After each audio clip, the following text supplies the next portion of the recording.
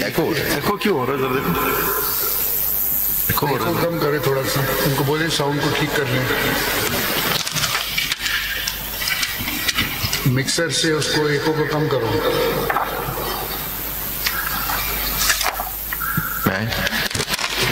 Lordship अभी भी हो रहा है, आप बोलते रहिए। अच्छा सर, वो चेक करेगा ना उसी से। अच्छा बहुत बेहतर सर, बैलेंस कर। My lord, I was referring to para 32 of that judgment of Asad Ali's case, if my lord will kindly recall.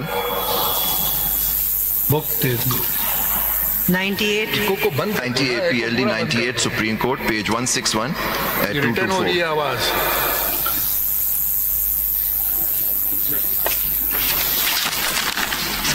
पहले टेस्ट कर लिया करें ना आप लोग। आधा घंटे मेरे पास 2 है, पार्ट 1 चाहिए। It's in part 1, my lord.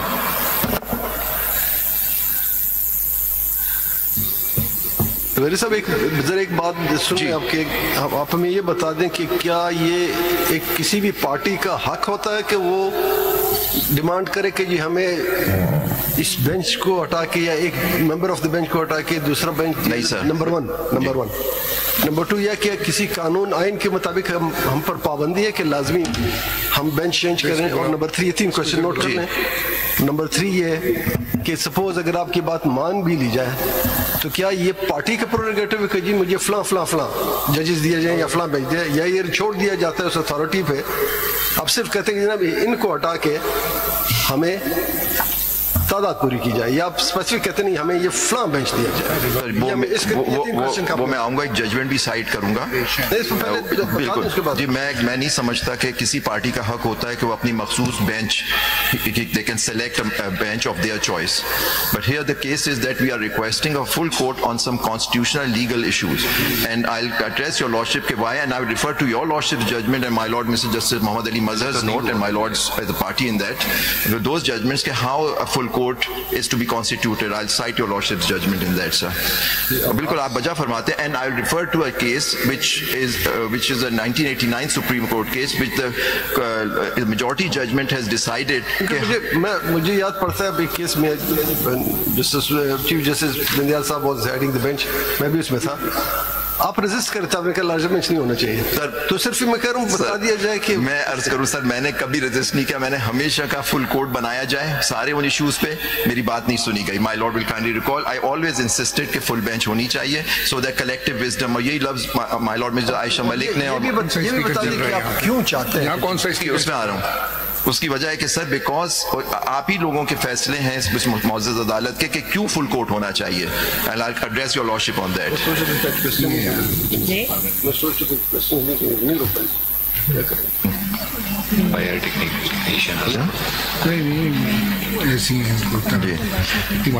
Sir एक one other address, I address your lordship on your lordships kind observation कि अब देखिए सर इस वक्त कॉन्स्टिट्यूशनल बेंच के as I am right is 15 जजेस sir appointed by the Judicial Commission of Pakistan to hear. आप ये बता दें कि इस वक्त सुप्रीम कोर्ट के टोटल स्ट्रेंथ कितनी है? 24, I think 23 or 24 sir, 23 plus the Chief Justice, Honorable Chief Justice. अगर फुल कोर्ट हो तो क्या होगा? सर मैं उस पे आता हूँ कि वो भी एड्रेस करूंगा कि क्या post 26, I'll leave that to your lordship's discretion. I'll address your lordship on all issues कि why the pre-26 amendment judges should hear it and why they not. किसी को ये नहीं कह रहा, I'm not imputing anything or any wrong of any judge, so please kindly I will not address that. I have no cavil with that. Every judge is a respectable judge and your lordship have taken an oath to defend, preserve the constitution of Pakistan, sir.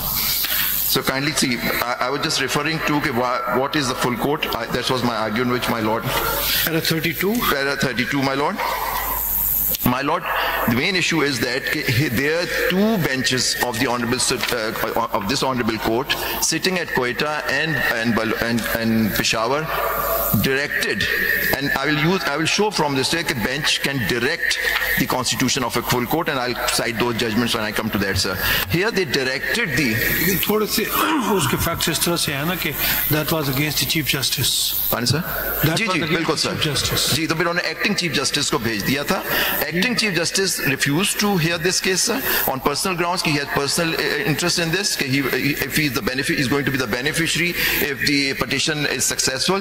Then that bench the Chief Justice, Honorable Acting Chief Justice, did not refer it to the next senior judge. That bench of 2-member bench referred it to the. यहाँ तो Chief Justice is available. जी मैं आ रहा हूँ sir, मैं यहाँ बता रहा हूँ क्या तो what they said, what is the full court. I'll just pointing out this judgment. I'll come to my other humble submissions.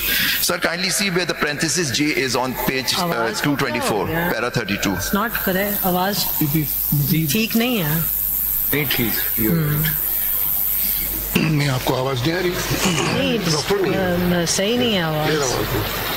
ये जब कर रहे हैं एको तो बंद कर दिया उन्होंने. एको बंद हो गया. वॉल्यूम का भी इशू है. वॉल्यूम बढ़ाना, बढ़ा दें वॉल्यूम. वॉल्यूम थोड़ा सा बढ़ा दें. वॉल्यूम बढ़ाइए. डायरेक्टर होता है मैं आप बोलेंगे तो पता चलेगा. अच्छा सर, मुझे अब आप उधर देख रहे होते हैं रुक जाता हूँ. वो टेस्ट. अच्छा सर, बहुत मैं बोल रहा हूँ जी, बहुत बेहतर sir. I was referring to, I will not read the para because I had read it earlier, but just at parenthesis J. अब बेहतर है. Yes. ठीक है. Am I with yours? Ji ji ji ji. My lord, we may mention, parenthesis J, we may mention here that a full court hearing does not necessarily require presence of all the judges of the court on the bench. If some of the judges of court are not available or decline to sit on the bench for some reason, the remaining judges of the court would constitute the quorum of the full court. In the present case, as earlier pointed out by us, that Honorable Chief Justice could not sit on the bench as he himself was respondent in these petitions, my lord. And the next senior puisne judge, Mr. Justice Ajmal Mia, as he then was declined to sit on the bench, he had personal interest in these cases. Out of the remaining 5 judges, Mr. Justice Mukhtar Junejo not only declined to sit on the full court bench but proceeded on leave. The remaining 4 learned judges of this opted not to sit on the full court session. In these cases, the remaining 10 judges of this court properly constituted the quorum of the full court, sir. आपकी क्या request है? What is your prayer? Full court? What full court? I'm saying the pre-26 amendment judges, which should hear this case, and I'll address your lordship as my lord has pointed out कि why. What is the reason that pre-26th amendment? तो इसमें एक reason तो ये है कि एक तो इसके साथ आप there are certain petitions which are tagged. नहीं, आप ये बता दें कि आप क्यों कहते हैं कि 26 कॉन्स्टिट्यूशनल अमेंडमेंट से पहले जो 16 जजेस थे जी उन पर मुश्तमिल बेंच होने चाहिए. because the 26th amendment is itself under challenge, sir. तो these honorable judges post 26 have been appointed in view of the 26th amendment and the increase of the strength of. What about the Honorable Chief Justice? The Chief Justice is also appointed under 26, so then he will also not sit. तो आपको याद होगा sir, he will also not sit in the bench. Sir, वो उनके ऊपर है. That is all on the judge. He is appointed to this court way before the 26th amendment. So he, in his capacity as a judge. Judge, yes. Not Who will preside the bench? Who will be the Chief Justice? The senior most. पहली बात, I have no quibble with the Chief Justice hearing the case, but if Chief Justice declines, if somebody has direct interest in the matter. That is for the learned judge to decide, sir. आप जो बाकी जजेस की बात करें वो तो चले एक प्रोसेस के तहत एक प्रोसेस आया, कानून चेंज हुआ, यही लोग देखिए अगर पुराना प्रोसेस होता तो भी इन्हीं लोगों ने आना था. 4 चीफ जस्टिस थे, कोई मामूली बात नहीं सर. उसमें क्योंकि कुछ जी सॉरी सर, वो आप ये कह सकते हैं कि जी पहले पुराना प्रोसेस होता तो उसके जरिए आते थे, अब नए प्रोसेस के तहत आ गए. एज सच कोई डायरेक्ट इंटरेस्ट उनका नहीं है. जहाँ तक चीफ जस्टिस की बात है, उनका डायरेक्ट इंटरेस्ट इसलिए है कि वो चीफ जस्टिस बने हैं ऑन अकाउंट ऑफ 26 कॉन्स्टिट्यूशन. अगर ये 26 कॉन्स्टिट्यूशन अमेंडमेंट नहीं होती तो जस्टिस याया साहब चीफ जस्टिस नहीं बनते. उनका टाइम मुकर्रर था, अल्लाह जिंदगी दे, बिल्कुल सर, उस वक्त बने. तो he has direct interest. Number 1. Number 2 पे सीनियर प्यूनी मोहतरम है हमारे लिए. वो सीनियर प्यूनी को चीफ जस्टिस होना था 26वीं आईन से पहले, नहीं बन सके. He is aggrieved. तो इसी तरह और भी अगर आप इस तरह में जाएंगे तो मेरे ख्याल में हमें इसको शायद लेटर नोट बात करके कोई और जुडिशरी देखनी आपको पड़ेगी. याद होगा जस्टिस फाइज ईसा का जब केस आया and my Lord was a member of the bench, उसमें 2 जजों पे एतराज किया गया कि जी अगर वो 4 साल के बाद जब उनकी बारी आएगी चीफ जस्टिस और ये चीफ जस्टिस नहीं बनते तो उनका डायरेक्ट इंटरेस्ट होगा कि दोनों मौजूद जज साहिबान हम 8 बैठ सकते हैं उसमें. बिल्कुल सर, हम तो 26 अमेंडमेंट के तहत कॉन्स्टिट्यूशनल बेंच उसमें आ रहा हूँ. फुल कोर्ट आप बिल्कुल बैठ सकते हैं. मैंने I have not know cabinet. अगर आप कहते हैं कि हम बेनिफिशियरी हैं, मैंने नहीं कहा. नहीं आप कह रहे हैं जी अब हम बेनिफिशियरी हैं तो फिर हम कैसे उसमें बैठे? That is for your lordships to decide, sir. Each individual judge will have to decide whether he is a beneficiary. फिर कौन जाएगा, कौन सुनेगा फिर? नहीं सर, आप 8 जो बाद वाले हैं वो नहीं सुन सकते, 8 कॉन्स्टिट्यूशन बेंच वाले नहीं सुन सकते, तो फिर जो रह गए वही रह गए बस. वो पीछे फिर उसमें भी चीफ जस्टिस का इशू जो अभी आप बयान कर रहे हैं. With utmost respect, sir, मेरा ये बिल्कुल नहीं है कि वो नहीं सुन. सब क्योंकि अभी बात जनरल चल रही है, तो how we are the beneficiary? मैंने नहीं कहा यू आर बेनिफिशियरी, मैं तो कहा आप you will be part, full court बनेगा, but there are divergent arguments, work कर रहे हैं, रिस्पांसिबिलिटी इज मोर। जी, maybe you are not arguing this aspect, but your colleagues and generally this argument has to be in place that कि भाई ये तो 26 amendment के बाद जो कॉन्स्टिट्यूशन बेंच बनी है, तो इसीलिए तो आपका एतराज है ना कि why you are not। Sir मैं कॉन्स्टिट्यूशनल बेंच के इतराज नहीं कर रहा हूँ, वो तो मेरा वो मेरिट पे होगा। My Lord himself is mentioned, जब आपने डिसाइड किया दीवान मोटर्स का केस, आपने कहा कि हम इस पे बात नहीं करना चाहते क्योंकि it is pending. That was without prejudice to your challenge to the 26th amendment. We cannot preempt that what will be done in 26th amendment challenge. तो वही ना सर, वो even today we are not sure about that. सब वो aspect जो आएगा वो जब मेरिट पे केस चलेगा। अभी हम बात कर रहे हैं कि आप लोग यानी आप ये समझ रहे हैं कि अगर हम 8 अभी बैठ के, या मिसाल के तौर पर कॉन्स्टिट्यूशन बेंच के जितने भी लोग अगर वो बैठ के डिसाइड करेंगे तो वो गलत होगा, यही लोग अगर किसी और कैपेसिटी में बैठ जाए तो ठीक होगा? नहीं सर, मेरा ये मतलब नहीं है कि आप लोग गलत होंगे, मेरा मतलब ये है कि हमारी एक दरखास्त है आपके सामने। आप कह रहे कि हम 8 भी उसमें मौजूद, आप मौजूद हो, आप जरा इसका डिफरेंस बता दें कि हम 8 यहाँ बैठ के और 8 वहाँ यहीं पे बैठे रहेंगे, सिर्फ वो जो टोपी चेंज हो जाएगी, नाम बदल जाएगा ना। जज सुप्रीम कोर्ट ही रहेंगे सर, टोपी नहीं चेंज होगी, you will still remain the honorable judge of this honorable court. That's why I'm saying that if you are judges of the Supreme Court, while sitting as a member of the constitutional bench, क्या आप समझते हैं कि हम बायस हो जाएंगे? और अगर हम दूसरी तरफ तो बायस नहीं होंगे? सर नहीं, बिल्कुल नहीं, तो वो बिल्कुल ये बात नहीं है। मैं एक और बात, लीगल बात है, जब कभी आप किसी कोर्ट की जुरिसडिक्शन को चैलेंज करते हैं तो कहाँ चैलेंज करते हैं? कोर्ट में ही सर, बिफोर दैट कोर्ट, जिस कोर्ट की जुरिसडिक्शन, बिल्कुल सर, उसी ने डिसाइड बिल्कुल सर, और ये उस कोर्ट का ही इख्तियार होता है वो डिसाइड करे उसकी जुरिसडिक्शन है या नहीं है। आप जिस अमेंडमेंट के तहत ये बेंच बना है, इसी बेंच पे इतराज कौन डिसाइड करेगा?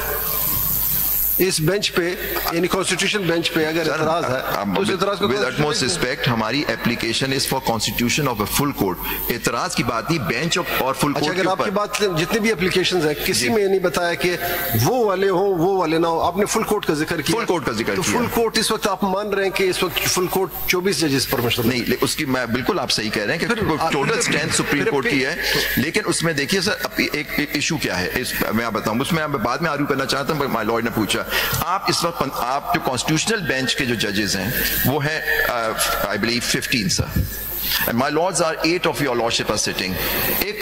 Under the law, any party has a right to appeal against your lordship's decision, any decision you give. At the moment, I cannot file that appeal because there are only 7 judges available, क्योंकि उसमें word use हुआ है practicable, ठीक है sir. तो आप appeal का, लेकिन जब आप लोगों ने ये फैसला किया, I'll cite the judgments, जिसके जब फुल कोर्ट बैठता है तो इट्स अ कलेक्टिव विजडम होती है, ये आप ही का फैसला है सर। जी वो प्रैक्टिस एंड प्रोसीजर में दैट हैज ऑलरेडी बीन, तो इसीलिए फुल कोर्ट, बिल्कुल सर, फुल कोर्ट का मतलब है कि जितने सुप्रीम कोर्ट के जजेस हैं जी, लेकिन उसमें मैं एड्रेस करूंगा उसमें कि व्हाई आई एम सेइंग कि आप जो प्री 26 जजेस हैं वो सुन ले, लेकिन वो आपके ऊपर फैसला है कि जी किस तरह से कर, लेकिन हमारा हम जो कह रहे हैं फुल कोर्ट, क्योंकि वो जो लोग जो हैं they have come to this honourable, those honourable जजेस। Can you choose that this bench should not hear and that bench should hear? अगर इफ माय लॉ, बिल्कुल मैं चूज नहीं कर सकता जी। एक्चुअली जो प्रॉब्लम है ना हमारे लिए वो ये है, जैसे पहले भी कहा था, we are bound by the constitution. बिल्कुल sir. How we can confer a jurisdiction upon a जज who has no jurisdiction? Sir वो आप, मैं अगर मुझे एड्रेस करने देंगे उस पे ही आ रहा हूं सर, मैं आप ही की जजमेंट से, बिल्कुल सर, मैं इसी पे आ रहा हूं, बिल्कुल सर। एक क्वेश्चन और भी नोट कर लें कि full court, no doubt the committee under the practice and procedure can constitute a full court. मुझे इस पे कोई दूसरी राय नहीं है, मैं उस पे एड्रेस करूंगा आपको। यहाँ पे बात हो रही है आर्टिकल 191A की। अगर article 191A doesn't talk about a full court, it talks about benches. मैं उस पे आ रहा हूँ sir. So it has nothing to do with the committee or the judicial commission. Sir देखिए एक और इम्पोर्टेंट बात है, विद अटमोस्ट रिस्पेक्ट, मेरा क्वेश्चन कंप्लीट नहीं हुआ। अगर फुल कोर्ट की बात की जाए जी, तो क्या वो जो ऑस्टर क्लास है कि नो बेंच 913 के नो अदर बेंच जी, और दूसरी बात ही कि अब जब फुल कोर्ट होता, जब डिस्ट्रिक्ट बार वाले केस में हम कहते जी 17 members bench, that was full court, किस तरह याद होता है? दो 13 members stated वो salient feature के लिए हम कहते हैं though it was 13 members bench 17 members bench लेकिन 13 ने ये बात की इसलिए it will be considered as 17 members bench. तो full court को भी bench ही कहा जाता है. नहीं there's a difference in full court को bench नहीं कहा जाता. मैंने I will show you sir let's say कि full court को bench नहीं कहा जा सकता with utmost respect sir. मैं आऊँगा उस पे. अब मुझे इजाजत दे मैं सीक्वेंस अगर आप इतनी निटिग्रिटी में जाते हैं तो आप पहले मैं बता दें कि कॉन्स्टिट्यूशन भी है. जी sir.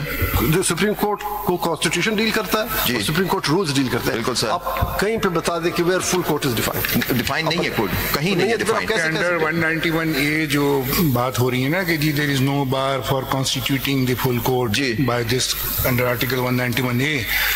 191A is only confined to the constitutional bench. Or you want us to constitute a bench and include such honorable judges which are not the part of the constitutional bench?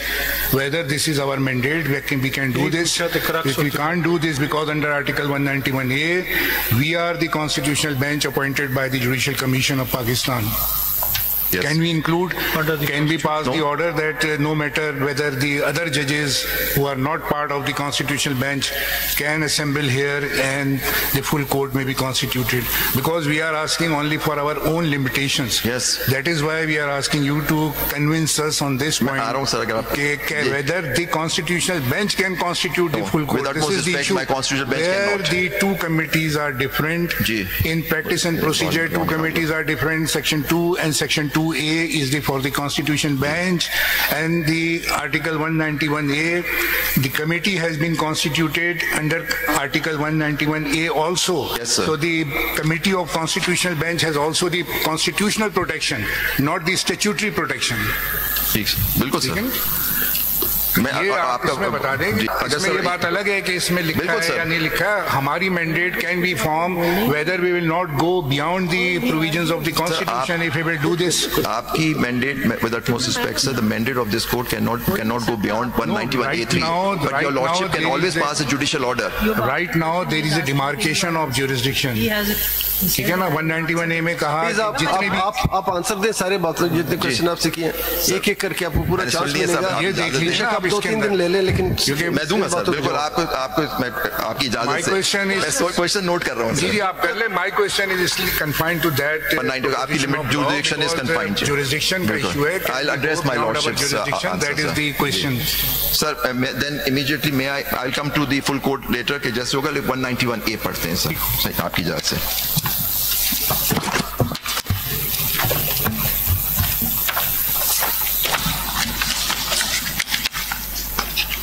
Am I with you, sir? 191A. There shall be constitutional benches of the Supreme Court. Kindly see, benches of the Supreme Court, comprising such judges of the Supreme Court and for such term as may be nominated and determined by the Judicial Commission of Pakistan from time to time, provided that the constitutional benches may comprise equal number of judges from each province. The most senior judge amongst judges nominated under Clause 1 shall be the most senior judge of the constitutional bench. Number 3, no bench of the Supreme Court other than a constitutional bench shall exercise following jurisdictions vesting in the Supreme Court. May I, with apology, repeat this again, sir. No bench of the Supreme Court other than a constitutional bench shall exercise following jurisdictions vested in the Supreme Court: original jurisdiction under Article 184, appellate jurisdiction of the Supreme Court under Clause 3 of Article 184, where a judgment or order of a High Court involves the constitutionality of any law or substantial question of law as to the interpretation of the Constitution; advisory jurisdiction of Supreme Court under Article 186. 4. For the purpose of Clause 3, a bench consisting of not less than 5 judges to be nominated by a committee comprising the most senior judge of the constitutional benches and next two most senior judges from amongst the judges nominated in Clause 1 shall hear and dispose of such matters. All petition appeals or review application against judgments rendered or orders passed to which Clause 3 applies, pending or filed in the Supreme Court prior to the commencement of the Constitutional 26th Amendment Act of 24 forthwith stand transferred to the constitutional benches and shall only be heard and decided by benches constituted under clause 4.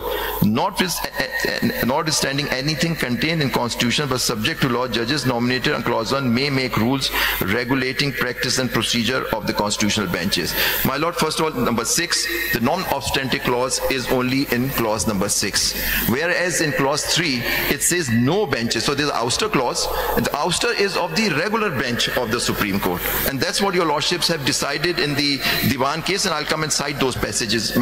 So here we are talking about benches, no bench other than the constitutional bench. इसके जो last line है वो भी पढ़ लो। जी हाँ। 5 का जो 5 की stand transferred to the constitutional bench. Ji, transfer to the constitutional bench shall only be heard by benches constituted under clause 1, sir. clause 4 जो आपके अगर रेगुलर केस में जहां 184 या 185(3) के अंदर कॉन्स्टिट्यूशनैलिटी का कोई इशू आ गया था या लॉ की कुछ, those cases pending before a regular bench of the Supreme Court will be transferred to the constitutional bench, and this is what happened in the Diwan Motors case. ठीक है sir. Suppose अगर full court के पास कोई case pending होता तो So मैं humble submission है, full court पे bench नहीं है, यही मेरा आपके सामने humble submission will be, क्योंकि the word again मैं say no bench of the Supreme Court. Now Supreme Court is defined in Article 176. I know my lord is well aware of it. यही तो मैं आपसे कह रहा हूँ कि ये there is an ouster clause, there may be no non-obstant. Non-obstant ouster is. There is a ouster clause. Ji sir. There is a clear benches, restriction and the demarcation of jurisdiction now. बिल्कुल sir. Because of this. Between the regular bench and the constitutional bench, no doubt. So absolutely. We are hearing you at the constitutional bench. Ji sir. You want us to constitute a full court. Not you sir. Any way for I'm not as demanding from this honorable bench the constitution of full court. My humble submission will be when I address you to whom your lordship can pass a judicial order to constitute the full court. No. We cannot pass any order. If we have no jurisdiction, we cannot pass any order. Simply we say sorry, we have no jurisdiction. Thank you very much. नहीं sir, jurisdiction go and look at your jurisdiction की बात नहीं, find your forum. That's all. Jurisdiction की बात नहीं कर रही, because वो जो constitution of benches होती है under 4 and the practice procedure, that's an administrative function, not judicial function. Is there a bar from passing a judicial order? That's why I started with Asad Ali's case कि 2 judges of the bench is not constituting anything. It's benches की बात हो रही है, and I'll cite. No, what type of judicial order you want? We want, if my lord comes to the conclusion that our applications merit consideration, to order the person or the committee, or if my lord comes to committee, to constitute the full court. I'll address your lordship whether the committee is competent or the honorable chief justice, or if the chief justice, as my lord has pointed out, that he is also a beneficiary and cannot sit, then it's up to him to see whether he agrees or not. You mean that the matter will be referred to the senior puisne judge for constituting the full court? It has to be referred to the honorable chief justice, my humble submission is, and if he declines, then seniority के उसके हिसाब से it may come to my lord Mr. Jamiluddin to decide this issue. कि वो भी senior पुisne जज को भेजा, फिर उन्होंने भी रिक्यूज किया, तो फिर थर्ड सीनियर के पास गया। वो चलता यही हुआ है सर असद अली के केस में, पहले ने रिफ्यूज किया, जब भी उन्होंने सीनियर पुisne को थर्ड नंबर के जस्टिस सईद-उज़-ज़मा को भेज दिया था सर। अच्छा, ये कमेटी नंबर 1 को कैसे भेजेगी, ये भी रास्ता बताइएगा। कमेटी नंबर 1 को नहीं भेजेगी सर। कमेटी नंबर 1 है ना, वो जो नॉर्मल के लिए हम थोड़ी हमारे सर मैं हमत कर रहा हूँ committee number, committee constitutional bench की हो गई जी। अब आप कहते हैं कि if we are going to pass any judicial order, you say that the matter में, एक तो आप ये नहीं बता रहे कि जुडिशियल ऑर्डर में डायरेक्शन होंगी या रेफरल होगी। डायरेक्शन होती है सर, डायरेक्शन मैं दिखा देता हूँ जस्टिस फाइज ईसा के केस में, अभी दिखाता हूँ sir. Directed the committee headed by the chief justice, not by the senior member of the constitution bench, यही बात है ना। तो फिर उनको भेजेंगे, तो ये कमेटी उस कमेटी को भेजने का इख्तियार रखती है। बिल्कुल जुडिशियल ऑर्डर पास करने का। जब contempt proceeding, why do you want to send it to a committee? नहीं सर, मैं कहता हूँ मैं चीफ जस्टिस को जाना चाहिए। कैसे जाएगा? Chief justice is no more master of the roster. He is not master of the roster, but when he was declared master of the roster by the bench of this court, देखिए, he is the master of the roster. That was objected by the majority that the chief justice is no more the master of roster. That is why the practice and procedure was promulgated to curtail his powers. Master of the roster. बिल्कुल बजा कह रहे हैं आप, master of the roster. There was a judgment of Justice Munib. I was also part of that bench. हमने कहा कि जी only the chief justice is the master of roster. If any bench wants to initiate any suo motu case, let the matter be referred to the chief justice for constituting or considering whether PLD 22 that is judgment PLD 22 Supreme Court page 306. अब जो आप कह रहे हैं उनको भेज दो, तो उनको भेजने के लिए ये एक और आपके पास कंटेम्प्ट प्रोसीडिंग चली थी जिसके अंदर ये कहा गया है कि जी एक कमेटी को दूसरी कमेटी के पास भेजने का इख्तियार ही नहीं है। तो हाउ द कॉन्स्टिट्यूशनल बियस, नजर Abbas case, the bench held that the first committee had no power to send the case to the second committee, though that has been set aside the order। जी ठीक है ना, तो फिर आप कैसे कहते हैं? जी मैं इसलिए कहता हूं कि देखिए जो मास्टर ऑफ द रोस्टर की आप बात करते हैं, that is for the constitutional benches sir, with utmost respect. यहाँ पहले तो बता दें फुल कोर्ट कहाँ है। जी हाँ, फुल कोर्ट होगा तो उसके पास भेजवाएंगे। फुल कोर्ट तो इख्तियार होता था चीफ जस्टिस का, या अभी भी चीफ जस्टिस का। लेकिन आप कोशिश कर रहे हैं डिफरेंशिएट करने की कि फुल कोर्ट और बेंच में फर्क है। जी बिल्कुल। तो पहले आप फुल कोर्ट को डिफाइन कराएंगे जी, कहाँ पे डिफाइन और बेंच कहाँ पे डिफाइन हुआ, फिर आप बताएंगे कि इन दोनों का में फर्क है। फुल कोर्ट तो डिफाइन, मैंने डेफिनेशन आपको बता दी सर फ्रॉम असद अली's केस पैरा 32 में, कि full court means who all the available जजेस who are there, that is the definition of full court as given by लाजब टू मेंबर। आप जो 176 की बात कर रहे हैं, 176 में बात की सुप्रीम कोर्ट सर, और 185 में कहते हैं कि appeal to the supreme Court. जी सब में कहते हैं, काइंडली सी सर। जी उस पे आ जाए जी। तो फिर ये जो 2 मेंबर्स बेंच और 3 मेंबर बेंच और 5 मेंबर बेंच केसेस सुनते हैं जी, क्या वो सुप्रीम कोर्ट नहीं है? बिल्कुल है, वो बेंचेस के इख्तियार दिया हुआ है, वो आपके रूल्स में भी है और आइन में भी है सर। मैं दिखाता हूं सर फुल कोर्ट जरा बता दें। जी नहीं, फुल कोर्ट की रूल्स के अंदर और ना इसमें कहीं प्रोविजन नहीं है फुल कोर्ट का, कहीं नहीं है। कन्वेंशन है ना, इट इज अ कन्वेंशन है, और हमेशा वरना अगर ये बात इख्तियार आप लोगों का नहीं होता तो फिर फुल कोर्ट आज तक बने कैसे? नहीं, आप सही कह रहे हैं, बिल्कुल this is conventionally your right. यही तो कह रहा आपके प्रैक्टिस एंड प्रोसीजर में भी नहीं है जो फुल कोर्ट से मुराद आपका है कि तमाम अवेलेबल जजेस। अब फर्क सिर्फ इतना आप लाने की कोशिश कर रहे हैं कि अगर वो जो सारे जजेस बैठे हैं वो बेंच नहीं कहलाएगा, वो फुल कोर्ट कहलाएगा, और चूंकि बेंच नहीं कहलाएगा इसलिए 191 में बेंच का जिक्र है, फुल कोर्ट का जिक्र नहीं। ये आपका आर्गुमेंट। बिल्कुल सर, ये तो आपने ये बताना कि कैसे वो बेंच नहीं हो। जी मैं आ रहा हूं सर। 176 आप देखेंगे सर, वो तो आगे उसमें सुप्रीम कोर्ट था, ऑल जजेस ठीक है ना my Lord. Full court the supreme court, now word used by my Lord supreme court sir. Supreme court shall consist of a chief justice to be known as the chief justice of Pakistan and so many other judges as may be determined by the act of Majlis Shura Parliament or until so determined as may be fixed by the president। इसका मतलब तो ये मैं समझाऊं कि जहां भी supreme court होगी तो वहां पे चीफ जस्टिस और तमाम जजेस होंगे जी। लेकिन आप मुझे ये समझा दें, मैं सीखने की कोशिश कर रहा हूं जी कि ये या समझने की जी कि बेंचेस का कॉन्सेप्ट कहां से आया। कि देखिए बाज 2 मेंबर बेंच बनते हैं, 3 मेंबर बनते हैं, 5 बनते हैं, 7, 6 जितने भी बनते हैं, ये कॉन्सेप्ट कहां से आया? बिल्कुल उसमें आता हूं मैं 1935 के एक्ट से आपको दिखाऊंगा, गवर्नमेंट ऑफ इंडिया एक्ट से कि किस तरह से बेंचेस का कॉन्सेप्ट आया सर। अच्छा सर, इसमें आप 184 भी अगर आप देख लें आपकी जात हो निकाल लूंगा। ये वैसे argument in the majority opinion in the practice and procedure, this has been responded to in the majority opinion which has held that a full court is necessary because the issue deals with the supreme Court and its practice and procedure, its jurisdiction, so the collective wisdom my lord and it is prudent, वहाँ भी यही I'll cite my lord Mr. prudent to constitute a full court, आपकी minority, so that means the majority opinion recognizes the convention of full court and the distinction between a bench and a full court. It is settled by the majority opinion. I agree with this proposition. There is a full court, but the only question is whether full court could be considered as bench or not. ये issue मैं कहता हूँ नहीं, full bench नहीं होगा क्योंकि आपने जो उसमें कहा है सॉरी, ये जब फुल कोर्ट डायरेक्ट बन गया था प्रैक्टिस एंड प्रोसीजर का and the hearing was started by the full court. Okay. Then during course of argument this point was raised that there is an also provision of intra-court appeal. If the full court decide where the intra-court appeal will be heard. So the full court continued and culminated the hearing and finally it was decided. In my note, while taking into this argument into consideration, I write that this is the collective wisdom. If the full court in any judgment, obviously then there is no question of intra-court appeal when the all judges have collectively decided some cases. ठीक है, तो ये पहले intra court appeal उस वक्त जहन में नहीं थी किसी के भी, वो बेंच बन गई थी, बेंच की स्टार्ट हो गई during course of argument, this point was raised by some of the counsel, we raised this point जी, ठीक है ना, तो वो तो पहले ऑलरेडी बेंच बन गई। उसी में सर अगर आपकी इजाजत हो, आप इजाजत देंगे तो my lords Justice Ayesha Malik judgment, I agree, जो बात इन्होंने भी पैरा 47, 48 मेरे ख्याल से वो किताब में रिपोर्टेड नहीं है. आई होप आपके सामने वो आ जाए, क्योंकि जो reported matters only majority judgment आई है, minority judgments has not been reported in PLJ. जो आपकी तो हुई है लेकिन माइनॉरिटी जजमेंट्स नहीं हुई है, जैसे आज जैसे शाहिद वहीद की, वो अलग से एक बुक. अगर आप माइनॉरिटी नहीं, dissent, sorry, dissenters have not been published, not the majority. I apologize, sir. लेकिन ये यहाँ से इंस्ट्रक्शन जानी चाहिए कि पूरी जजमेंट आए. We are still debating whether that's part of the judgment or not. तो आपने my lord has said in para 47 and 48 of that dissenting judgment that it is collective wisdom because appeal का right is being.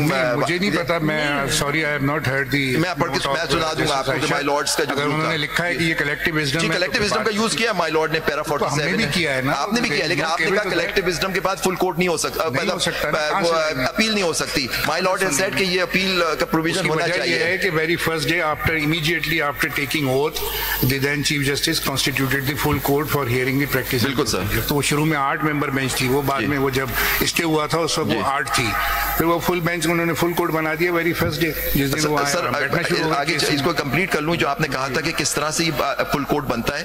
अगर आपके ये दे दें, ये 2019 SCR justice Faiz ईसा का जो केस है, 2019 SCMR वो निकाल दें जी, जो जिसमें हमें page 18 this is page 1875 and relevant portion my lord will find at page 1879 paragraph 7.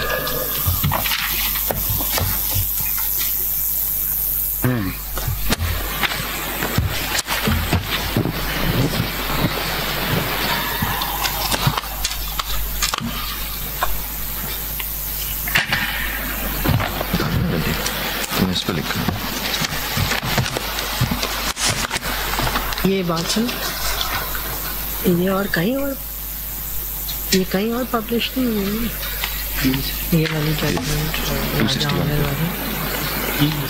इधर ही है. इसमें वो जो मेजॉरिटी ओपिनियन शाह साहब वाली है वो भी नहीं है. कैसे नहीं? Am I with your lordship, sir? Ji, my lord. May I read it? कहाँ से पढ़े? जी, पैरा 7 सर. Okay please. हमें भी देना. इसके ऊपर पहले सारा डिस्कशन हुआ सर. अगर आप पेज 1877 पे देख लें, what was the application. Learned council ये शुरू जो हो रही है जहां my Lord the judgment starts at page 1877 para 1. Learned counsel for the petitioner has at the outset argued the CMA number so and so seeking the constitution of full court comprising eligible judges for hearing of the constitution petition number 17 of 2019. To explain the expression eligible judges, learned counsel has with utmost respect requested that learned judges on the bench who may possibly benefit from the dismissal of this petition should kindly recuse from the proceedings. He emphasized the possibility of being swayed by any consideration of personal advantage is a ground for recusal under Article 4 of Code of Conduct of Judges of the Supreme Court and the High Courts of Pakistan. He acknowledges that dismissal of this petition by the court cannot by any means entail an adverse recommendation to the President of Pakistan under Article 209 of the Constitution against the petitioner. Nevertheless, the legal community and public perceive that a personal advantage would accrue to the ineligible judges in the year 2023 in case the petitioner did not assume the office of Chief Justice of Pakistan. He relied upon Asad Ali Federation of Pakistan, sir, and read the portion. ये मैं पढ़ चुका हूँ sir आपको. I have not read it. I have read this portion from the judgment.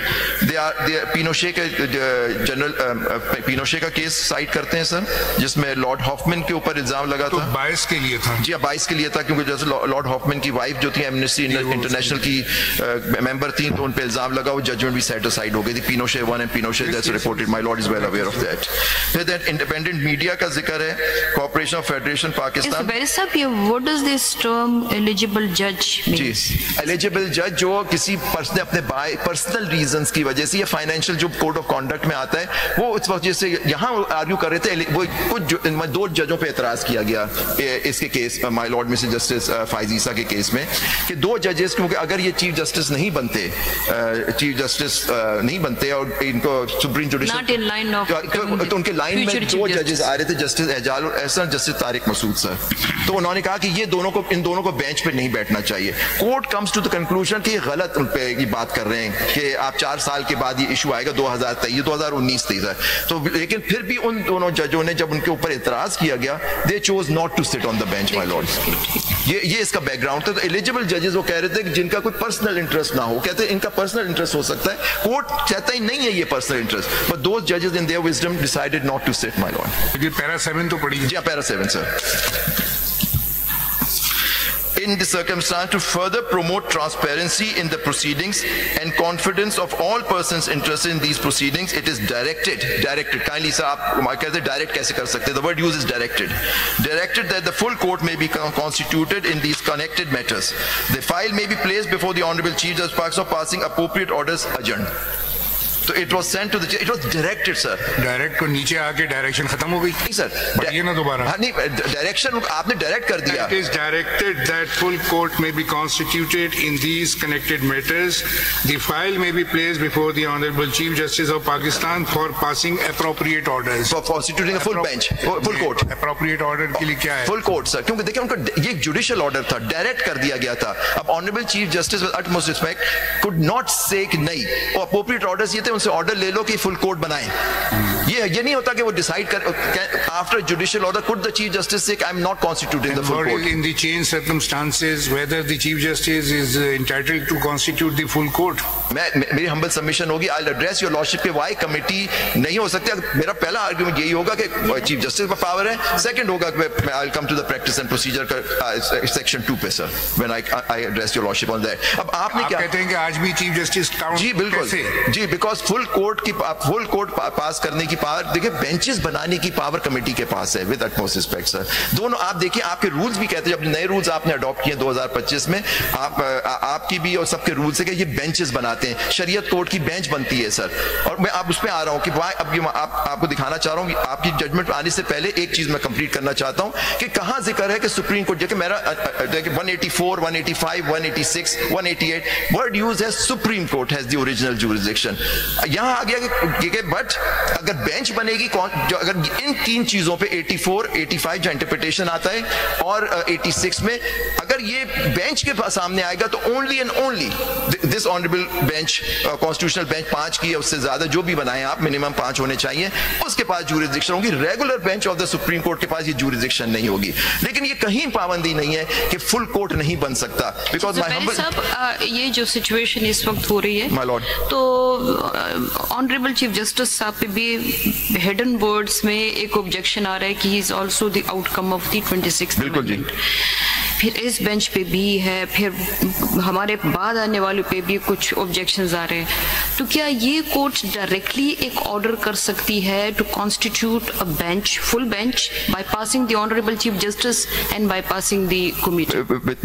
I am grateful to lordships kind question. देखिए my lord, आप जो order pass करेंगी वो होगा जुडिशियल ऑर्डर। आप जो भी ऑर्डर करेंगे वो जुडिशियल होगा। कॉन्स्टिट्यूशन ऑफ अ बेंच या full court is an administrative order sir, वो एडमिनिस्ट्रेटिव ऑर्डर होता है। अब ये हमें आपको देखना है कि उस एडमिनिस्ट्रेशन किसके पास है to constitute the full court, या कमेटी के पास है या ऑनरेबल चीफ जस्टिस के पास अभी भी वो पावर है, डिस्पाइट द फैक्ट अब he is no longer the master of the roster. क्योंकि माय लॉर्ड जस्टिस फाइजा की जजमेंट में था there is no master of roster का जिक्र ही नहीं है, ना आइन में है ना रूल्स के अंदर है, कहीं नहीं लिखा हुआ मास्टर ऑफ द रोस्टर है। यही जस्टिस फाइजा की जजमेंट है उसके अंदर प्रैक्टिस एंड प्रोसीजर में। But my lord has Justice Mazhar has written with the heading master of the roster, उस पर पूरा मैं अभी पढ़ के सुनाता हूँ माय लॉर्ड्स जजमेंट। तो ये देखिए आपके ऊपर होगा कि किसके पास एडमिनिस्ट्रेटिव पावर है। लेकिन आपके पास जो मैं दिखाना चाह रहा हूं कि यहां भी देखिए जस्टिस फाइजा के केस में एक डायरेक्शन इशू है। Direction is to the honourable Chief Justice, क्योंकि उस वक्त वो हेड थे, उनके पास ही सारी पावर्स थी under the rules to constitute the benches. तो उन्होंने कन्वेंशन ये था कि जो जिसके पास पावर होती है तो कॉन्स्टिट्यूट द बेंच, वही पावर एक्सरसाइज करेंगे to form the full court. इस वजह से ये हर केस में तो अभी भी कह रहे हैं कि चीफ जस्टिस करेगा ना डिस्पाइट कमेटी, फिर कमेटी को क्या रोल हो गया? नहीं, अगर ज़ुबैरी साहब वो भी हेड चीफ जस्टिस ही करेंगे सर। ज़ुबैरी साहब, चीफ जस्टिस साहब पे ऑब्जेक्शन है, हम पे ऑब्जेक्शन है, तो फिर अगर हमारे पे ऑब्जेक्शन है तो हम किस तरह ऑर्डर करेंगे? मैं आप प्लीज मैं कोई ऑब्जेक्शन आपके ऊपर नहीं कर रहा हूं कि मैं ये कह रहा हूं, मेरी दरखास्त सिर्फ आपके सामने इस वक्त है कि इंपॉर्टेंस और ट्रांसपेरेंसी और सारी इसकी वजह को जो आप लोगों ने खुद ही जजमेंट्स के अंदर कि क्यों फुल कोर्ट होना चाहिए। इसको दूसरे अंदाज में ले लें। चले मैं मैडम के क्वेश्चन को फर्दर देखिए, हम यहाँ बैठे हुए हैं एज ए कॉन्स्टिट्यूशनल बेंच, हमें 191A4 के तहत एक कमेटी ने हमें बेंच बना दिया। बिल्कुल। और हमारी jurisdiction very limited, sub article 3 में बताया गया कि हम ये इन बातों पे डिसीजन दे सकते हैं। नहीं सर, आप बिल्कुल आप बजा कह रहे हैं, आपकी बिल्कुल आप सही कह रहे हैं। नंबर 2 ये जी कि क्या हम ये चीफ जस्टिस को डायरेक्शन दे सकते हैं कि आप इनको छोड़ दो, इनको लगा दो, तो डायरेक्ट हम क्यों ना कह दें कि मिस्टर सो को ऑर्डर भिजवा दें। मैं ये नहीं कह रहा हूं, मैं ये कह रहा हूं this will be the full bench. Sir एक मेरे two humble submissions before lordship. एक तो आपके पास जुरिस्डिक्शन है to refer the matter for the constitution by passing a judicial order for the constitution of the full court। अब ये उसके ऊपर है कि वो किसका फुल कोर्ट क्या होता है, एलिजिबल जजेस, वो देखना होगा कि एलिजिबल जज कौन होते हैं, जैसे इसकी जजमेंट में कहा गया है। तो ये आप माय लॉर्ड्स की जजमेंट है कि व्हाट इज द मीन। पहले आप पढ़ लीजिए जजमेंट, पढ़ लें तो we should move ahead। जी सर, मैं जो अर्ज कर रहा था सर कि 184, 185 वर्ड यूज हुआ है supreme court under article 176 is the chief justice and सदर जजेस जो अपॉइंट होते हैं सर।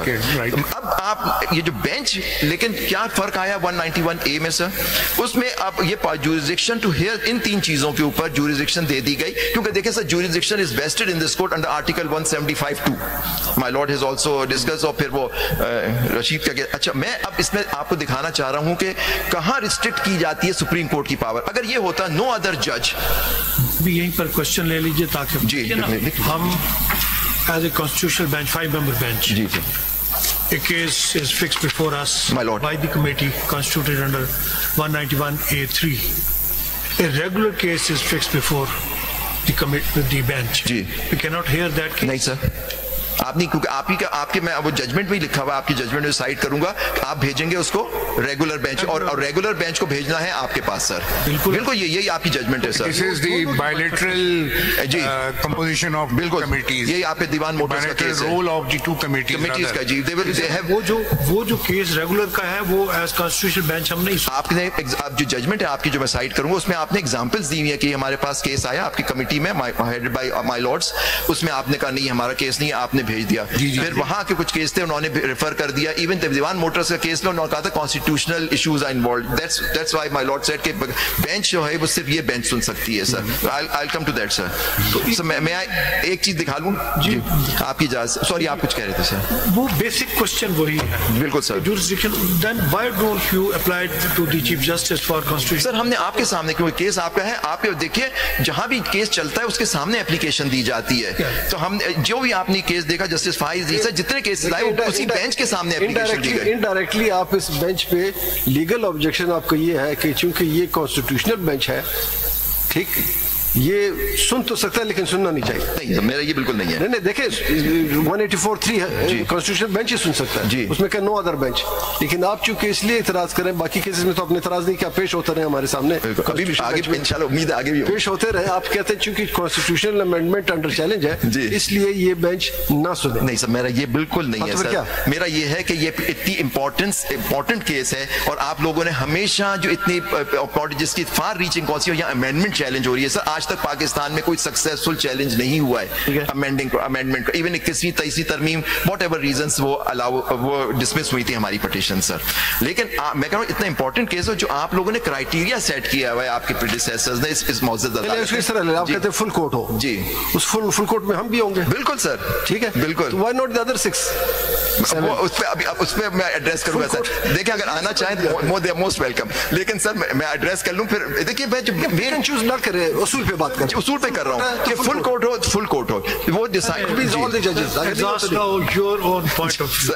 नहीं, लेकिन माय लॉर्ड मुझे सेटिस्फाई तो आपको करना है सर। डेफिनेटली हम भी उसी लिए सर अब मैं आपको जी बिल्कुल मैं जवाब दूंगा सर। इसमें जहां सुप्रीम कोर्ट की पावर को रिस्ट्रिक्ट किया जा रहा है कि सुप्रीम कोर्ट का मतलब क्या होता है कि वो रिस्ट्रिक्टेड, वो किस तरह से इसी आइन के तहत किया है। अगर आर्टिकल 20 की पावर्स नहीं सर, देखें जुरिस्डिक्शन आप you all have judicial power. Judicial power आऊंगा मैं उस पर, ज़िया रहमान आपके केस में भी डिस्कस हुआ है, और ये हमजा रशीद के केस में my lord has followed that judgment. तो उसके अंदर भी लिखा हुआ है कि जी जुरिस्डिक्शन और जुडिशियल पावर में फर्क क्या होता है. जुडिशियल पावर तो आपके पास पावर है, ऑल द जजेस of the supreme Court, all the supreme Court has the same judicial power. Jurisdiction जो होती है that is confirmed under article 175(2) कि इसके देखिए अपेलेट जुरिस्डिक्शन है, ओरिजिनल जुरिस्डिक्शन है, क्रिमिनल जुरिस्डिक्शन है, रिव्यू जुरिस्डिक्शन होती है, मुख्तलिफ जुरिस्डिक्शन जो divide. I think we can address this, look at this easily. आपने पहले 176 का हवाला दिया, Constitution of the Supreme Court. My lord. So that's what makes up the Supreme Court. 183 देखें please. Ji. That talks about the permanent seat of the Supreme Court. जी. 184 का पढ़ें. जी. My lord. 184 पढ़ें. So proceed of the Supreme Court. ये सारी 184 पढ़ें. जी. The Supreme Court shall, to the exclusion of all every other court, have. एक second जी. The jurisdiction under 184 vests with the Supreme Court. It doesn't vest with the bench. It vests with the Supreme Court. Absolutely. 185 पढ़ें. जी sir. Again, the subject to this article, the Supreme Court shall have jurisdiction. Again, the jurisdiction Supreme Court. vests with the और यही 186 में भी है. 186. अब आप supreme court को 176 में वो डिफाइंड है. जी my lord. You continue. इस तरह wherever the jurisdiction is vested, it is vested in the with the Supreme Court. 186 देख लें. जी. 186, 187 देख लें. जी हाँ sir. Now you come to 191A. और ये 188 भी है Supreme Court. 188. All of them vest jurisdiction with the Supreme Court. Absolutely, my lord. Now, the 191A says that it says that these benches, pardon me please. My lord. There shall be 191A. There shall be constitutional benches of the Supreme Court. So that means that the jurisdiction that is vested with the Supreme Court, there will be constitutional benches. And what will those benches hear? 191A3 says this is what they will hear. Original jurisdiction of the Supreme Court. Yeah, आप आ जाए ना, no bench of the Supreme Court other than a constitutional bench. So jurisdiction is not vested with a bench specifically. It's vested with the court. And that jurisdiction is exercised as per 191A with a bench. Yes. It's a simple, so the question really is that when you ask for a full court, again I say that is there a bar under this, any of these provisions which prevents the constitution of a full court? Absolutely not. There is no bar. If there is no bar, then a request for a full court is in line with the convention of this court, and there have been numerous occasions when a full court has been asked for. So when we know that this is in line with the, and you've relied on the last two cases, including the practice and procedure case, which conveniently is not properly reproduced क्योंकि इसमें majority की opinion भी नहीं publish हुई भी PLJ में. उन्होंने इस aspect को देख के कहा था कि the full court is a necessity, and it is a necessity because it deals with issues pertaining to the court. So hence the full court, the formation of a full court is not really in debate. We did it in the practice and procedure case despite what the dissent may have said. That has now become part of the law. So the question then really is, as I understand it, is that your request for the full court and your request for a pre-26th Amendment full court. In my opinion, that is what you need to justify why a pre-26th Amendment full court. Anything you want to add in it? कुछ add करना चाहते हैं या मैं सवाल करूं? सवाल आप ये कि आप 176 को पढ़ लें और उर्दू में तर्जुमा करें, हमें मतलब बता दें क्या है जैसे शेर का भी तर्जुमा, क्योंकि पूरी कौम देख रही है ना, उर्दू में तर्जुमा, बहुत से मेरे जैसे लोग वो इंग्लिश नहीं समझते. नहीं, शेर का तर्जुमा नहीं करा रहे आपसे. आवाज माइक जरा तर्जुमा किया गया था, उसमें मुश्किल हो गई थी sir. The Supreme Court shall consist of a Chief Justice to be known as the Chief Justice of Pakistan. या Supreme Court of Pakistan जजों पे मुश्तमिल होगा जिसके known as the consist of the Chief Justice, जो मुश्तमिल होगा Chief Justice पे, known as the Chief Justice of Pakistan, और जो judges, so many other judges और judges जो तय करेंगे Act of Majlis Shura Parliament, और until so determined, और जब तक वो फैसला नहीं होता एस में भी, और जो सदर साहब उसमें फिक्स इसका मतलब जो मैं समझा वो ये चीफ जस्टिस और जितने भी बाकी जजेस हैं वो सुप्रीम कोर्ट कहलाएगी। बिल्कुल, जैसे गवर्नमेंट के बारे में जी मुस्तफा इंपैक्ट में डिफाइन हुआ जी, prime minister and the cabinet, बिल्कुल वो गवर्नमेंट होती है। इसी तरह Supreme Court chief justice and the जजेस। अब सवाल यहाँ पे ये पैदा हो रहा है कि आप एक तरफ कह रहे हैं कि ये फुल कोर्ट हो, जी, दूसरी तरफ आप महदूद करेंगे फुल कोर्ट उन 16 व्हाई नॉट द 24। मैं कह रहा हूँ फुल कोर्ट इस वक्त फुल कोर्ट जो देखें as the dispensation stands today, the full court is Chief Justice and all the judges of the Supreme Court. तो 23 हैं 24, ठीक है sir, 23 plus the Honorable Chief Justice. ये this is 176 की डेफिनेशन में पूरे जजेस आ रहे हैं, सब जजेस आ रहे हैं। मैं सिर्फ अर्ज कर रहा हूँ महदूद कैसे कर रहे हैं, महदूद उसको कर रहा हूँ कि क्योंकि यहाँ वो एक्ट जिससे उनको तरमीम उनको बढ़ाया गया, उस तरमीम के तहत ये एक्ट में जो तरमीम की गई, जो जजेस के ऊपर एक्ट 97 का, उसके अंदर भी पटिशंस आपके सामने लगी हुई हैं, जिसके अंदर उनको चैलेंज किया गया है कि ये इनको जो बढ़ाया गया गवर्नमेंट ने गलत भी है। तो वो उस वजह से फिर तो आपको रिक्वेस्ट ये करनी चाहिए कि पहले वो केसेस चला रहे हैं उनको डिसाइड करके वापस भिजवा दें ताकि हम वापस ओरिजिनल स्टैंड पे आ जाए। मैंने नहीं फाइल किया सर, हो सकता है वो करें। Until and unless they are declared their appointment is declared illegal, for all intent and purposes they are judges of the Supreme Court. That's all. बिल्कुल आप सही कह रहे हो। मैं एक judgement I'll be failing in my duty as an officer of this court। ये आपको पता है मुद्दा उठा था 1989 में और अकरम शेख साहब बैठे हैं, उन्हीं के नाम से वो केस रिपोर्टेड है, PLD 18-9 सुप्रीम कोर्ट। उसके अंदर भी 3 जजों पे एतराज किया गया कि वो उस वक्त अपॉइंट हुए थे जब प्राइम मिनिस्टर नहीं अपॉइंट हुआ, तो केयर टेकर जो 1989 सुप्रीम 1989 जी पेज है PLD 1989 सुप्रीम कोर्ट। इसके अंदर वो जो आप सवालात करें उसका जवाब है, मैं ऊपर पढ़ के पैरा 28 पढ़ूंगा। 689 सर, नहीं ये है 689 जी 689। आप कौन सा पैरा पढ़ेंगे जी? वो तुम ये माय लॉर्ड क्या है इस चीज में?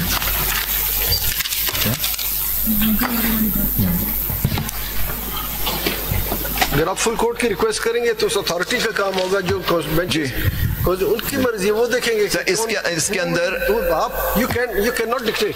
मैं डिक्टेट नहीं कर रहा सर, आप ये नहीं कह सकते फ्ला आप डायरेक्ट कर सकते हैं, मैं नहीं कर सकता। आप सिंपल कह सकते हैं कि जनाब हमें फुल कोर्ट चाहिए, दैट्स ऑल। चले मैं उसमें आता हूं। क्या है ये तो फुल कोर्ट जो डिफाइंड है, जो अथॉरिटी हमारे पास यहाँ पे आपने तीसरी अथॉरिटी भी बना दी है, चीफ जस्टिस बकौल आपके कि चीफ जस्टिस फुल कोर्ट बना सकता है। एक प्रैक्टिस एंड प्रोसीजर कमेटी है, एक 191 A4 की कमेटी है जी। तो इन तीनों में से एक ने डिसाइड करा ना, तो आप सिंपल रिक्वेस्ट करेंगे जी फुल कोर्ट दो। मैं तो कह रहा हूँ सर, आपने मेरी एप्लीकेशन आप देखें फुल कोर्ट का है, लेकिन ये कहना 26th अमेंडमेंट फुल कोर्ट जी। आप बता दें किसी एप्लीकेशन में, तो आई एम विद यू।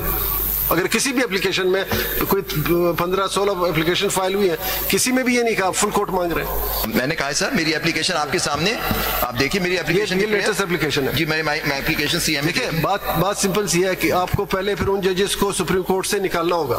नहीं सर ऐसे निकाल नहीं सकते सर, वो तो 209 से ही निकाल नहीं सकते। How they can be excluded from full bench.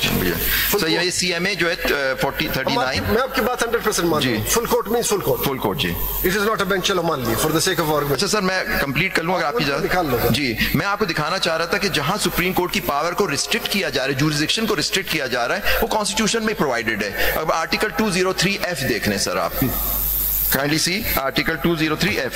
आपने ये जजमेंट क्यों साइड किया? मैं आ रहा हूं उस पे, ये मैं दिखा रहा था कि इसके अंदर वो सारे इश्यूज जो थे कि कौन से जज सुन, इसमें वो 22 भी पूरा डिस्कस हुआ है। इसके अंदर मैं जो बात कर रहा था उसमें ये था कि कुछ 3 जजेस of this honourable court were appointed during a caretaker period when prime minister was not there. तो Supreme Court had come to the conclusion कि नो गवर्नमेंट कुड बी, जैसे मुस्तफा इंपैक्ट्स में कि कोई गवर्नमेंट प्राइम मिनिस्टर के बगैर नहीं हो सकती। तो अब उन पे गवर्नमेंट ने, फेडरल गवर्नमेंट ने ये सीएमए डाली। ये वो जजमेंट है, माय लॉर्ड काइंडली सी। ये जजमेंट राइज कर रही थी जुनैजो साहब की गवर्नमेंट के, उससे उसका जो 5 उसका रिव्यू था ये। उसमें एप्लीकेशन डाली जाती है फेडरल गवर्नमेंट की तरफ से, एक प्रेस नोट उन्होंने दे दिया, प्रेस नोट। उस पर सुप्रीम कोर्ट ने ऑर्डर किया ये प्रेस नोट गलत दिया आपने, और ये कहा कि नहीं वो तीनों जजेस भी मेंबर होंगे क्योंकि ओरिजिनल उस कोर्ट के वो मेंबर थे, तो आप नहीं कर सकते। इस पे ये एतराज हुआ। उस पर फिर उन्होंने दिया कि कौन से जज को बैठना चाहिए, कौन के नहीं बैठना चाहिए, किस वजह से नहीं बैठ, वो सारा इसमें डिस्कस हुआ है। और लीडिंग इसमें माइनॉरिटी जजमेंट, लेकिन लीडिंग अथॉरिटी जो my lord mister justice Shafiur Rahman की है, उसमें जो उनके रेलेवेंट पोर्शंस मैं उस वक्त जब मैं आऊंगा उस पर पढ़ के सुनाऊंगा। जैसे आपको बता रहा हूं कि जो आपके सवालात हैं उसका इससे जवाब होगा, और ये बहुत सारे सवालों का जवाब दे देगा। हो सकता है ये वो बात तो मैं जो बात कर रहा हूं उसके थोड़ा सा खिलाफ भी हो, लेकिन as an officer court I have to show this judgment to your lordship sir. लेकिन जो मैं अभी बात बात कर रहा हूं कि क्यों सुप्रीम कोर्ट की जहां पावर को रिस्ट्रिक्ट किया, जुरिडिक्शन को रिस्ट्रिक्ट किया जाता है, सुप्रीम वो उसमें प्रोवाइडेड है। आप देखिए article 203F,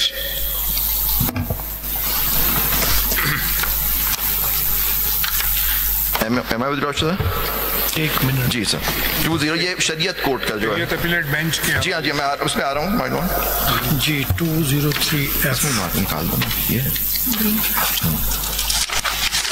any party, may with your lordship's kind permission, any party to any proceedings before the court under article 203D agreed by the final decision of the court in such proceeding may within 60 days of such prefer an appeal to the Supreme Court. Appeal is provided to the Supreme Court, my lord, and Supreme Court 176. आगे सब अगर आप देख लें, लेकिन इसमें तो एक बेंच बनता है। जी आ रहा हूँ उस पे, वो दिया भाई उस पे काइंडली सी,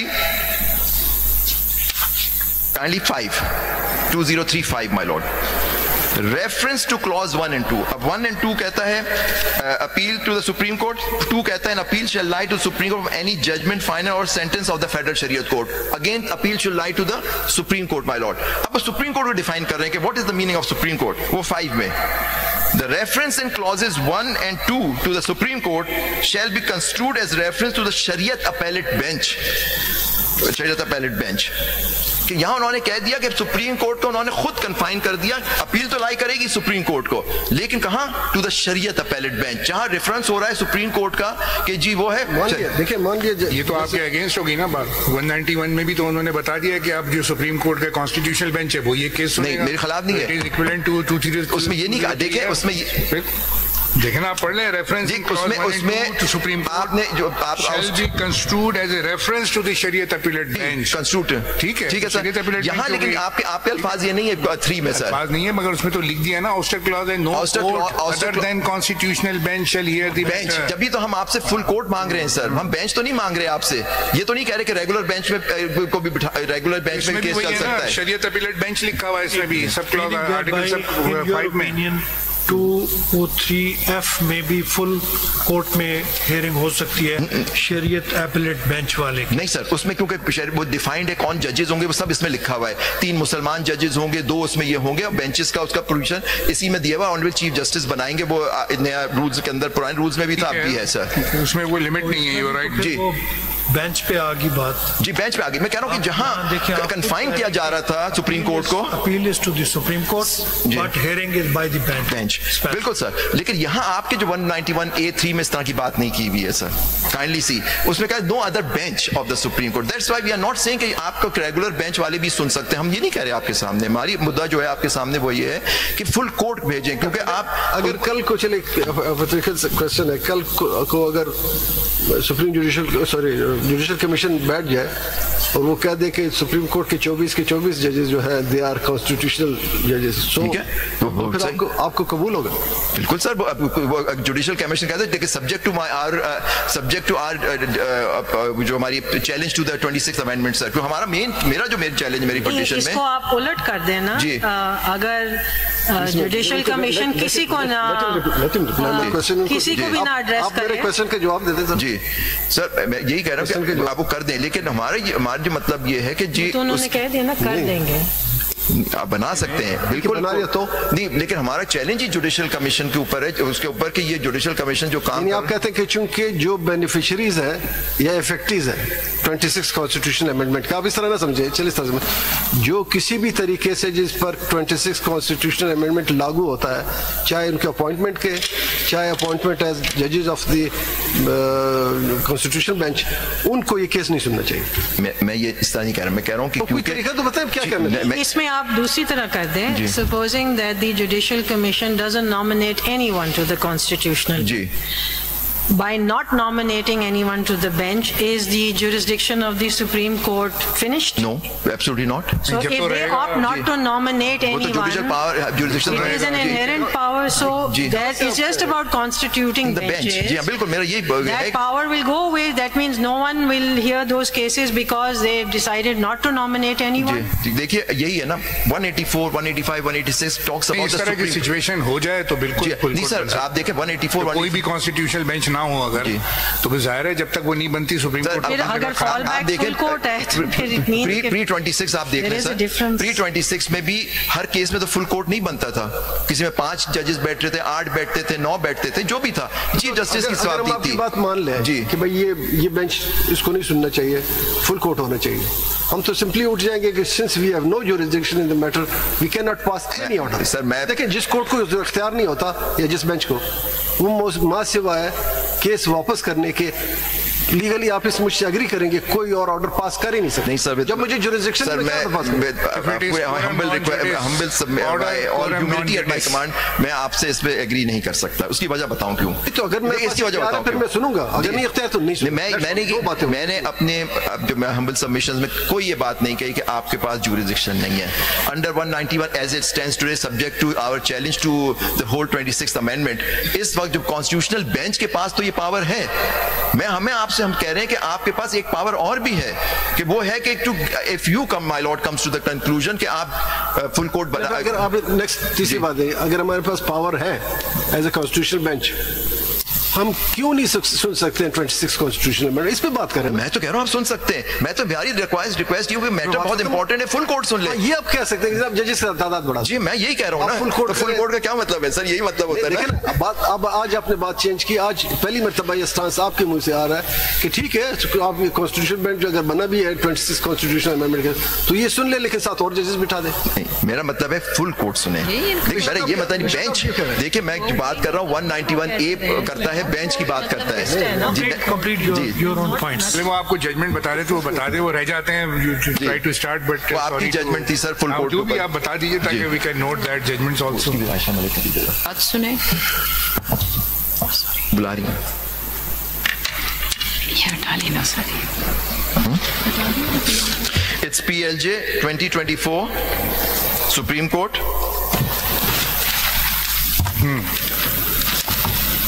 ये प्रैक्टिस एंड प्रोसीजर वाला है। बट इसमें मेजॉरिटी की ओपिनियन मिसिंग है, so you have to pull it out of the. जी वो है मेरे पास सर, मेरे पास तो कॉपी, आई अपोलोजाइज मैंने बनाई नहीं, लेकिन मेजॉरिटी की ओपिनियन तो है। जस्टिस मंसूर अली शाह की ओपिनियन इसमें मिसिंग है, which is signed by the all the majority जजेस। वो मिसिंग है, बिल्कुल सही कह रही हैं आप my lord. And the dissent is also missing. Justice Ayesha मेरे शाहिद वहीद की भी जो नोट है वो भी नहीं है, both the dissents are missing. वो dissent is not there sir. जैसे हसन अजहर रिजवी की जजमेंट प्रोड्यूस्ड है इसी के अंदर जी सर। बिफोर आई, अगर आपकी इजाजत हो तो आपने कोई बात कही थी my lord mister justice Mohammad Ali Mazhar ने कि जब हमने चैलेंज किया कि प्रैक्टिस प्रोसीजर कानून आप इजाजत ना दें पार्लियामेंट को अपने इख्तियार अपने इंटरफेयर करने का, हमारा था कि 191 में आपके पास पावर है पार्लियामेंट, ये हमारा मुद्दा था जो रिजेक्ट हुआ। तो आप माय लॉर्ड ने बड़ी एक बात कही, अगर मेरी इजाजत हो तो मैं पढ़ दूं आपकी। जी पढ़िए। ये पेज 210 पे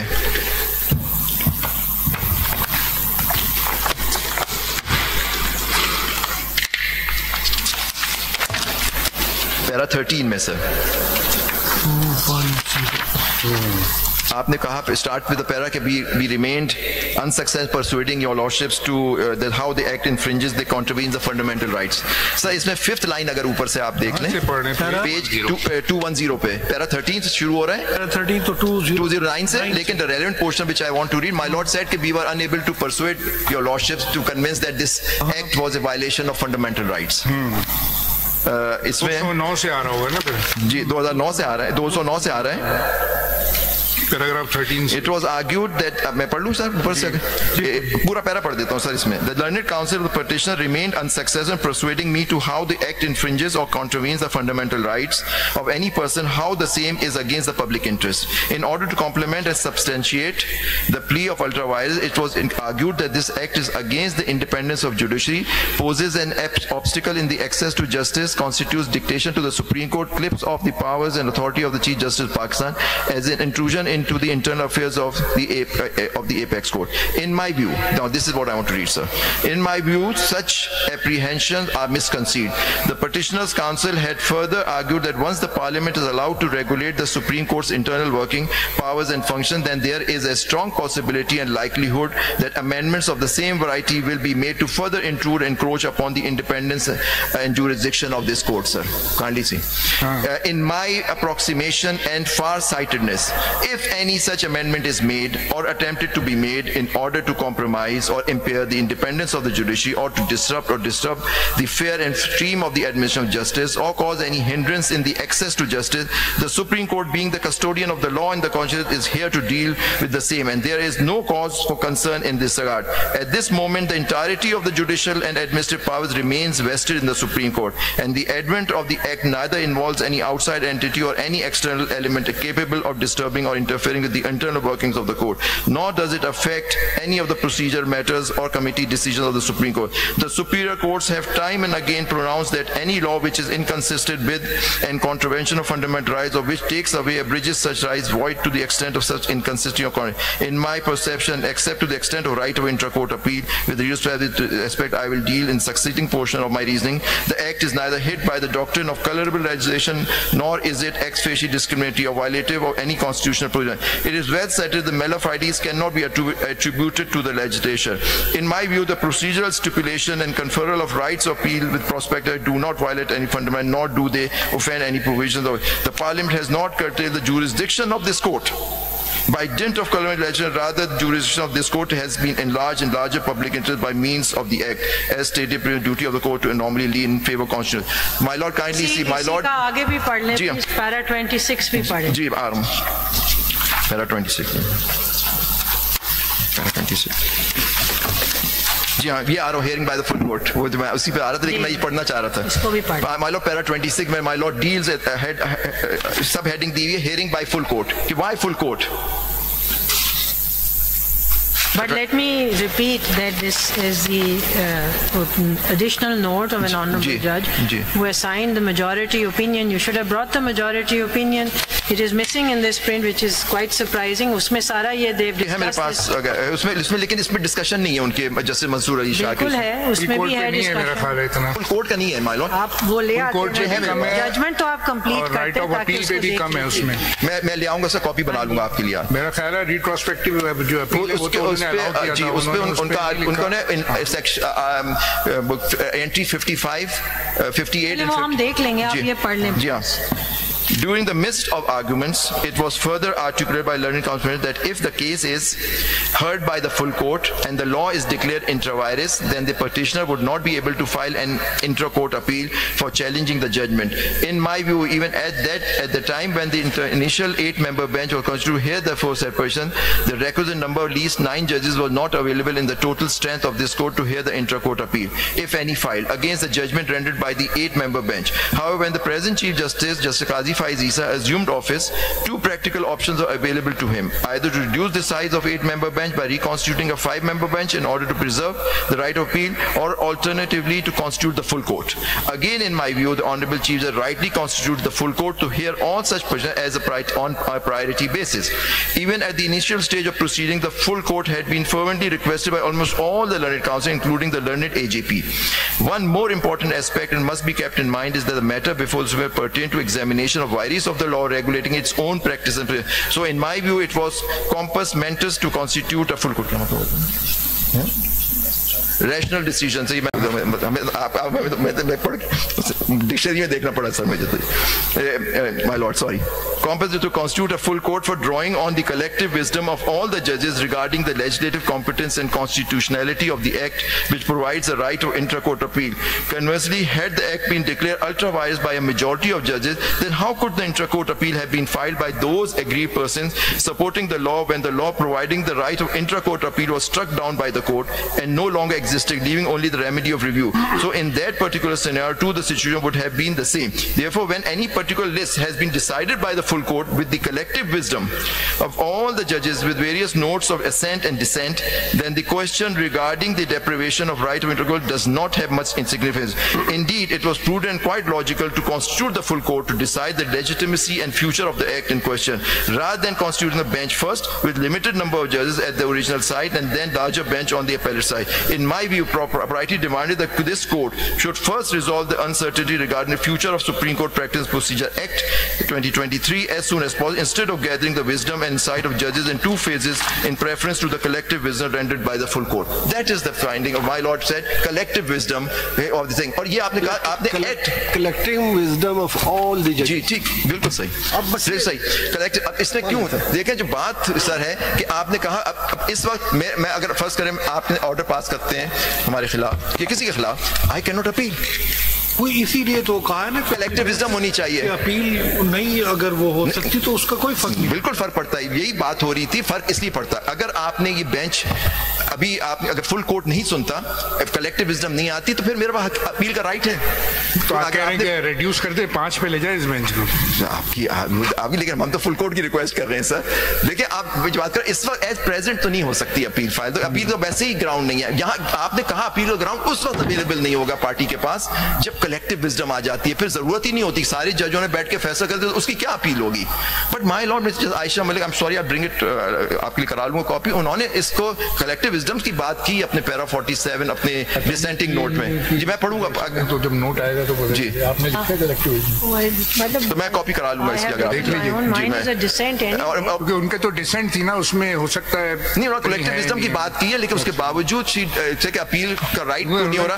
The point taken from this case is that in a matter regulating the internal practice and procedure, my lord, it was in the wisdom of the majority judges thought that a full court should be constituted. Here we are looking at a constitutional amendment.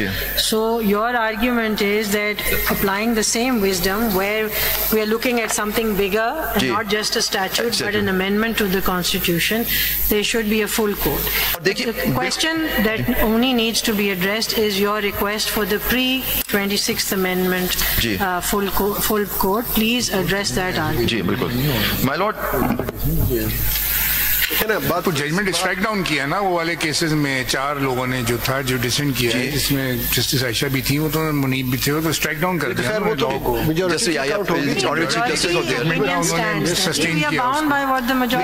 आप बता रहा हूँ कि our opinion is just a dissent. That's not the point.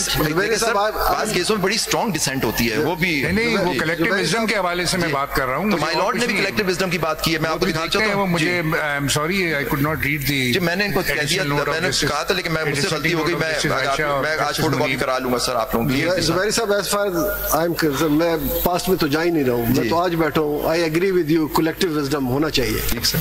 लेकिन collective wisdom तो full court, मुझे आप ये क्लियर करवा दें. Why full court only 16, why not 24? ये जरा आप हमें तो बता दें ना सर, क्योंकि उनका हमें एग्री करता हूँ ये बहुत इंपॉर्टेंट मैटर है. ठीक, अगर मैंने वही जजमेंट जो आपको साइट कर रहा था, हो सकता है वो मेरे खिलाफ जाए, लेकिन as an officer of court मुझे देना कि अगर कोई लीगल ऑर्डर चैलेंज हो रहा है तो कौन सुन सकता है. वो है वो जजमेंट 89 सुप्रीम कोर्ट. उसके बाद बहुत सारी हैं that this is a circular argument that you cannot rely on the amendment that you are challenging. We've said it in several judgments. Full courts have said, and those decisions still stand, including the Sindh High Court bar, that the district bar case, that when you are challenging an amendment, you cannot rely on that amendment to uphold it or to discuss its validity. So by that token, the question is, will it apply here as well?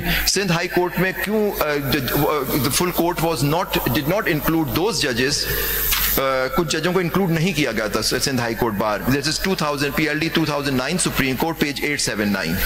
और उसकी वजह उन्होंने ये दी कि हम कुछ जजों को नहीं इंक्लूड कर रहे because they had violated the courts order of not taking the oath under the PCO. उसका PCO चैलेंज पे था. उस जजमेंट को उस दिन भी याद किया गया डिस्ट्रिक्ट बार के. उसको नहीं सर, ये सिंध हाई कोर्ट बार वो उसमें ये बात बताई गई कि since they have took oath under peace, so therefore they are no more judges. नहीं सर, नहीं बात लिखी नहीं सर, ये नहीं, विद utmost respect ये नहीं कहा, मैं पढ़ दूंगा आपको। I've clarified in my मैं आपसे दरखास्त जी, मैं दरखास्त करूंगा मेरे साथ पढ़ लीजिएगा सर प्लीज। वो उसमें क्या उन्होंने कहा था, क्योंकि पीसीओ अंडर चैलेंज है, पीसीओ अंडर चैलेंज है, इसलिए वो नहीं बैठे हैं। उस वक्त पीसीओ डिक्लेयर नहीं किया गया था जब तक फैसला नहीं आया। No more judges. The moment they took oath, there were no more judges of the with utmost respect sir, वो फैसले के बाद हुआ, जब केस बेंच बनी थी उस वक्त उनको नहीं किया गया, इसलिए उनको निकाला गया था। नहीं सर, मैं वो पढ़ दूंगा पैसेज आपको कि उनको क्यों नहीं बिठाया गया बेंच। वो उस वक्त तो फैसला आया नहीं, वो तो डिक्लेरेशन बाद में आई है कि वो जज नहीं है। मैं सब जाते हुए एक सवाल आपसे पूछता हूँ, बेशक जवाब अगली पेशी पे दे दें जी। आप पसंद करें या ना करें, आर्टिकल 191A मौजूद है। बिल्कुल जी। आप असद अली केस पे रिलाई कर रहे हो, पैरा नंबर 32 पे रिलाई करते हो। पैरा नंबर 32 में मुख्तलिफ कंस्ट्रेंट्स थे, हर जज के लिए कोई ना कोई कंस्ट्रेंट था। बिल्कुल सर। तो वहाँ पे जो रिमेनिंग 10 जज रह गए थे उनके बारे में हेड किया गया कि यही कोरम ऑफ फुल कोर्ट है जी। अब फुल कोर्ट का लफ्ज जो है वो आर्टिकल 191A में एलियन है जी सर, वहाँ मौजूद नहीं है सर। आप आर्गूमेंट दे रहे हैं कि जी चीफ जस्टिस को भेज दें, चीफ जस्टिस फुल कोर्ट बना दें। आर्टिकल 191A का 1 पढ़ें तो अब चीफ जस्टिस का इख्तियार ही नहीं रहा। 8 जज जो बैठे हैं ये सुप्रीम कोर्ट के जज हैं, लेकिन कॉन्स्टिट्यूशन बेंच का हिस्सा है। बिल्कुल सर। वी आर द जजेस ऑफ द सुप्रीम कोर्ट। ठीक सर। अच्छा, ये वो जज हैं 8 जो 26वीं तरमीम से पहले आए थे। बिल्कुल सर। 7 और जज हैं जो कॉन्स्टिट्यूशन बेंच का हिस्सा हैं, जिनको जेसीपी ने डिटरमिन किया है, नॉमिनेट किया है 191A में। उनके बारे में आपकी रिजर्वेशन है कि वो 26वीं तरमीम का केस कैसे सुन सकते हैं कि वो आए ही 26वीं तरमीम के बाद हैं जी। उनको आप शामिल नहीं करना चाहते, कह नहीं रहे लेकिन चाहते ही हैं कि वो शामिल ना हो इस बेंच में। आप सब साहिबान कहते हैं कि 26वीं तरमीम से पहले जो जज रह गए उनको शामिल करें। उसके लिए आप आर्गूमेंट देते हैं कि जी जुडिशल ऑर्डर के जरिए कर दें और चीफ जस्टिस को कह दें कि बना दें। जितने प्रेसिडेंट आप ला रहे हैं वो ना प्रैक्टिस प्रोसीजर हो सकता ना 26वीं तरमीम थी। उस वक्त चीफ जस्टिस के पास मैटर चला जाता था, लार्जर बेंच बन जाता था। अब जब ये कानून मौजूद है, अब प्रैक्टिस प्रोसीजर जब आया 23 में आया सर, उस वक्त भी 26वीं तरमीम नहीं थी सर। अब भी 26 तरमीम के अंदर कंस्ट्रेंट्स हैं। बिल्कुल सर। बात वही है कि पसंद हो या ना हो हमें चलना है। बिल्कुल सर। तो अब ये जो 8-7 जज बाकी बैठे हैं, कॉन्स्टिट्यूशन बेंच का हिस्सा हैं, सुप्रीम कोर्ट के जज हैं, वो नहीं आप लाना चाह रहे। जो 26वीं तरमीम के पहले जज मोहतरम साहबान हमारे सीनियर्स हैं, वो सुप्रीम कोर्ट के जज तो हैं लेकिन कॉन्स्टिट्यूशन बेंच का हिस्सा नहीं है। 191A के अंदर एक कदगन है कि इस पिटीशन को सुप्रीम कोर्ट तो सुनेगी लेकिन कॉन्स्टिट्यूशन बेंच सुनेगा, कोई और बेंच नहीं सुन सकता। जैसे शरीयत वाला केस शरीयत बेंच सुनता है। यहाँ पे अगर जेसीपी ने वो जज नॉमिनेट ही नहीं किए, डिटरमिन नहीं किए as members of the constitution bench, तो उनको किसी भी तरीके से चीफ जस्टिस भी शामिल नहीं कर सकते फुल कोर्ट के लिए। तो असद अली वाले केस के पैरा 32 में अगर रिलाई करें तो इस सिनेरियो में और इन कंस्ट्रेंट्स के साथ आर्टिकल 191 के होते हुए क्या आप नहीं समझते कि ये 8 जजेस ही फुल कोर्ट के कोरम को सेटिस्फाई करते हैं? इस सवाल को ले जाइए। बिल्कुल सर, ये बड़ी अच्छी बात है क्योंकि अगर वो फुल कोर्ट अगर वो होगा तो फिर 15 साथ भी आने चाहिए। Thank you my Lord. पेश है आप लार्जर